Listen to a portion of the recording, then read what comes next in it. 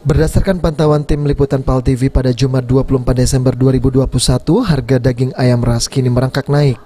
Pedagang daging ayam ras Sugeng mengatakan, sejak 4 hari terakhir harga daging ayam ras mulai merangkak naik dan per 24 Desember 2021 ini berada di angka Rp35.000 per kilogram atau naik dari harga normal yang biasanya di kisaran Rp25 hingga Rp30.000 per kilogram.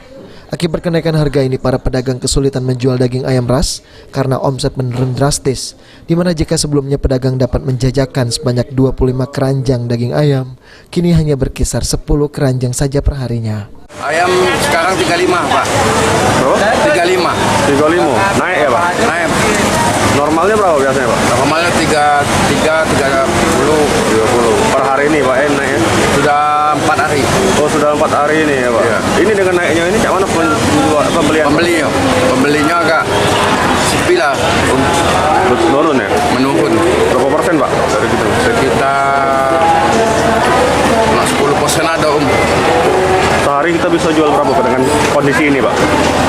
Paling 10 keranjang. 10 paling ya? Paling suah. Biasa kan banyak kan, 25 keranjang, 20 keranjang. Sandi Pratama, PAL TV.